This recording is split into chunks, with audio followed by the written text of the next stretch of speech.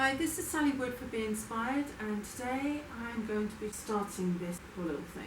The lady who owns this fosters puppies, and the puppies have managed to tear little holes in, tear bits off, so it really does need a nice overhaul. Apart from that, I think it's pretty straightforward. I've just got to make it look as good as new. So let's get on with it. As with all upholstery projects, I have to remove the cover, bottom cloth first, and in this case remaining shreds of the back tacking. So I'm going to work my way around. Tap them up first. Use your pliers to pull them out. Don't just yank them up, you'll hurt your hands. Just twist and they'll come out quite nicely. And because I've got dogs and cats, I'm going to collect my mess up as I go. It used to be because I had children running around. I'll just continue with this until I've got all of this removed. Once you've worked around the bottom, start pulling the side off and removing the band, which should then allow you to remove the top as well. These take a little bit of time to get all the layers off. They're a bit like an onion, many layers to one project. There should be back tacking, piping. Now the piping is sometimes attached to the band. I don't. I prefer to attach the piping and the band separately, but some people like to attach it in one piece. I'll slip that up slightly and pull. You can see it's all in one piece. So I'll get that out and then I'll start working on this. I'll carry on working around, make sure I get everything out as I go, and also make sure that I have all of the bits of staples out because I don't want to cut myself. Now none of the buttons tie through here, which means I'm going to have to take this off to get those out. Let's turn this over. A dirt dauber had got in here, so there was a nest under there. What I need to do now is to take the staples out here and take this top off. Having removed the top from the base, I'm going to flip it. These are quite easy. I'm going to pop these closed like that. I'm going to save these. I'm not sure why there's that marking. We might find out in a minute. I think actually it's just dust that's popped through from the other side. Just general wear and tear. This is going to just take a little minute to get all of these out. This is stuck on. I should imagine the reason is when this is all pulled in, it doesn't pull this up and therefore gives a bit of resistance to when you pull the buttons through. Tip this back over, pop those to one side. I'm going to hoover out each of these so it's nice and clean. I've got a little bit of glue left, so I'm just spraying that on so that will hold. This glue might not work as well as the stuff they already used. So I'll just leave that to dry and then I'll flip it over and start working on the other side.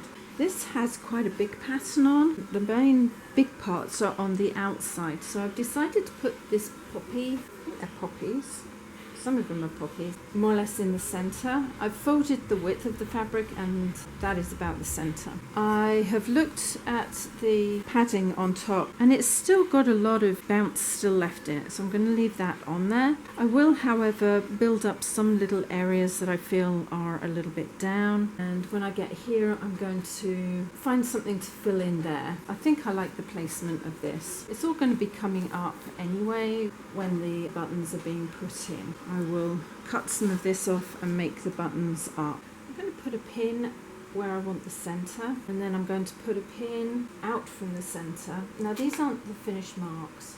I'll be removing these. I shall put that down there, that down there, and that one down there. Open up the fabric like that so the pins come out straight. And here's my centre mark. So I'm going to fold it this way so that the selvage and selvage are together crossways. The whole idea is that those line up top and bottom and side to side. So I'll put pins in those two too. There's that one, and then there's that one. Those are just temporary, and I'll pull that open like that. Those go to where I want them. This is the centre. Folding back to the centre one here, I'm just going to put a small nick. It's literally a couple of threads that I've gone through, and I ended up recovering these. I either have an hour and a half, well, nearly a 2-hour journey just to go and pick some up or reuse these, so I've decided to reuse these. I'm going to pop that through there like that and push that down into the centre. So I've pushed this one all the way through up through its original hole, pop this on and then open that out so it's secure. Now I'm going to work out the next 4, and that is why I wanted to know where all of these were going, because those are the holes that are next to them, which are here, here and here, although I put the pins in a little bit shy. So I've measured from in here out to 8 3/4 inches. Here's my original to where the hole should be, but of course it's moved because it's been pulled in here. Fold this fabric back, and that was the original line there, to here, and I'm going to make a small little clip, just a couple of threads at the 8 3/4 mark. Take both pins out.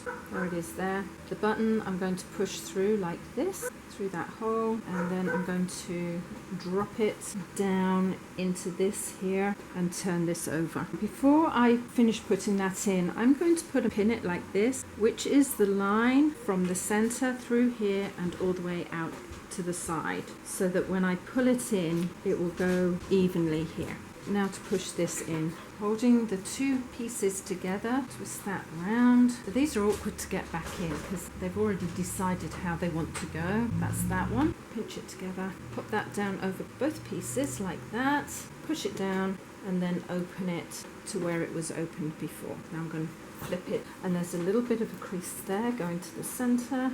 If it's in the wrong place, I haven't made such a big mess of it that I can actually move it if necessary. And now I'm going to do the next one, probably this one here.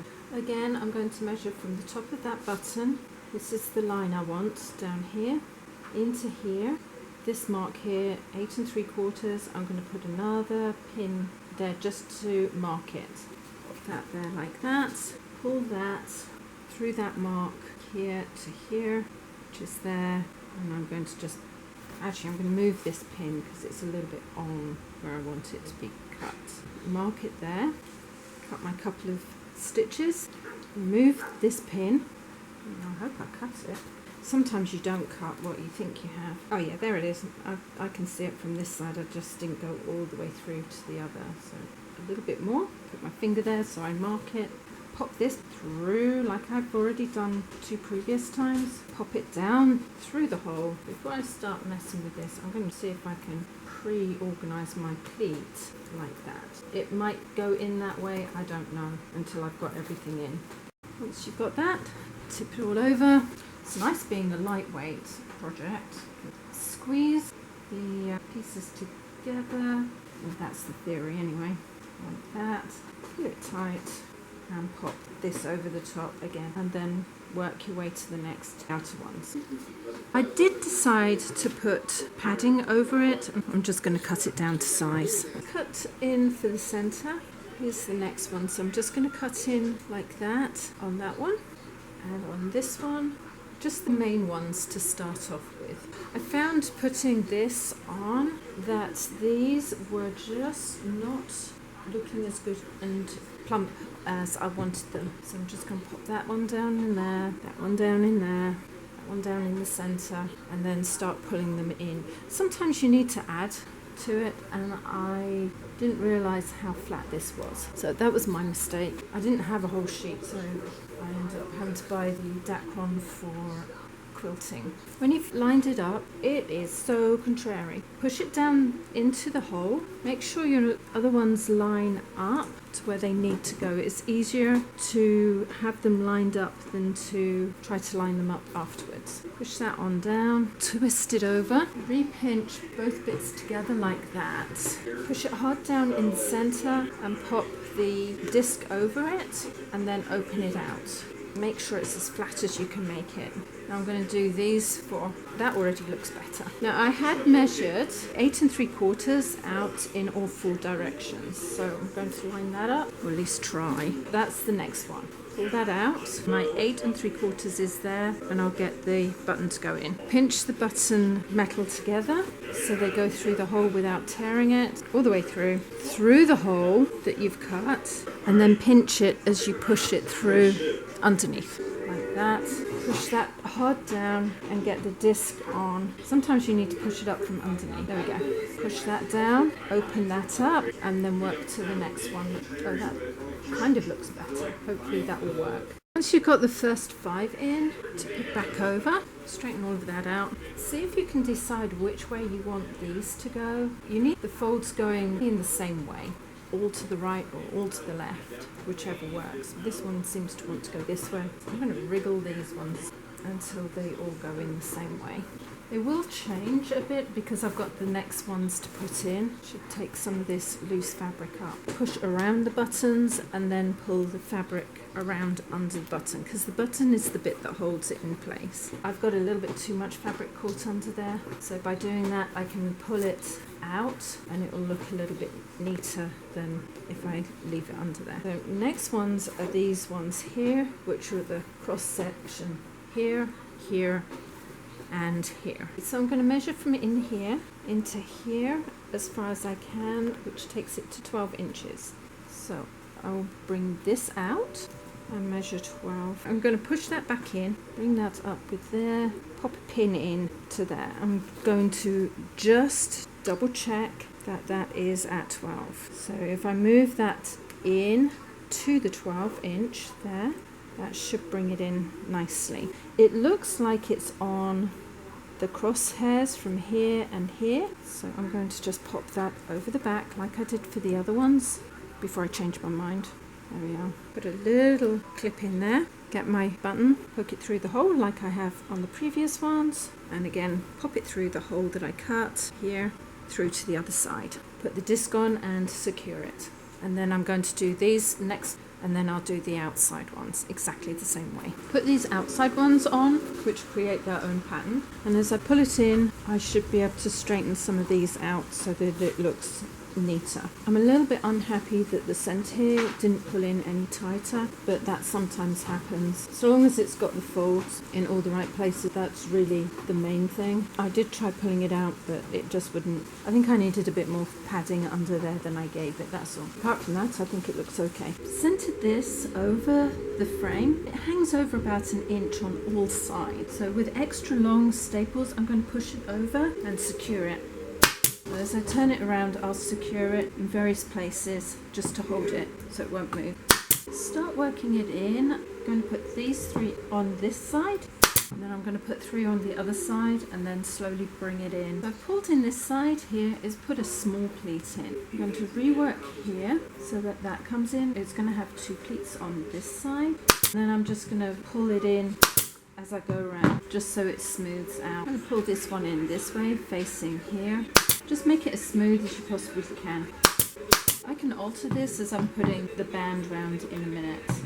The trouble is I can't easily pull this out because if I pull it, this pops up, which is a bit irritating. There's just nothing holding it underneath. This one is going to have to be worked in because there's not enough on this side to make a pleat. Fold that one in. This one might be too tight here to put a pleat in, so I'll have to undo this and then work 2 pleats in. Maybe it'll be okay. I can work it in when I get there if it doesn't look right. Round stools are sometimes a little bit awkward, especially if you can't pull down here. Ideally you'd pull it all the way through to the underside and that would keep it where it needs to be. The way this was done originally wasn't how I would have done it. And this one's right on the edge here, although I did give the inch, although I did overhang it an extra inch, it seems to be really quite close to the edge here. As long as it looks neat. So I'm going to make some piping up with the scrap that I've just cut off the side of the footstool and cut it at a 45-degree angle and then at 1 3/4 inches because it's quite a thin fabric. There should be plenty of flange on there. As there is no pile, I really don't care where I get the piping from. It can go either way. What I need is 2 matching pattern to go round as the border. And this one are very close. I'm going to do that, fold it all the way across and cut one side and then I'll cut the second side. It might vary slightly, but it should be okay. It's nice and deep so I can lose some of it if I need to. Pop that down, lay this piece on top like that and cut the second length. I'll adjust it as I go along. One piece isn't wide enough to go all the way around, so that's why I need 2. Now this piece here, when folded, matches up really well with that piece there. So I'm going to make a join here. One side of the footstool will match and the other side will just fold over. So I'm just going to line this up here. I finger pressed it, I didn't need to iron it. So I'm going to just fold that over like that, drop the foot down on the pressed line, increase the stitch to 3.5, and then I'm going to just sew across. Check closer to the bottom that you're still in line. With luck, that is exactly where I need it. Now if I fold that out, got the red there, the stalk here, the leaf here, and the leaves here. That's perfect, exactly where I need it. That's for the band. For the piping, put the stitch down to a 6.5 if it's a thin fabric, and then sew from corner to corner. Actually, I can go over slightly into the selvage here, and then sew across. And then add the next one on. So each one you fold back on itself to add the next layer. And although that's selvage, as long as I've got the pattern being sewn in, I'll be fine. I've extended the stitch to the longest, which is a number 5, and I'm going to place the piping cord in the center of the fabric and fold that over to create the flange. Put that underneath here and sew. When you get to the joins, separate them from each other and then cut them back to about 1/4 inch of the stitch line. Flatten them out like that, lay the cording across, and then sew on over. Now always double check that everything's where it should be, especially if it's a really thick fabric, because sometimes it opens up underneath. And carry on working to the end. I'll sew most of this because it's 2 pieces that I need, one for the top of the band and one to go across the bottom. That's quite a long length. Thank you for joining me on this project. I think what I should have done was glued the underside of this onto the top. I didn't, so it kind of rises a little bit, but I think once everything's settled it will be fine. Then all I did was pull this in relatively tight. Not too tight, because if you do it too tight these start opening. So I measured up from the bottom to where I put the top piping on and made it as even as possible. Put the fabric on, the back tacking and then the wadding underneath in a line, and then pulled the fabric and wadding underneath and secured it. I think she's going to be pleased with it. She'll put things on it and it'll just settle down and look really nice. If you want to see more from me, please subscribe, hit the bell button, and a few thumbs up would be absolutely brilliant. And in the meantime, take care, see you later. Ciao!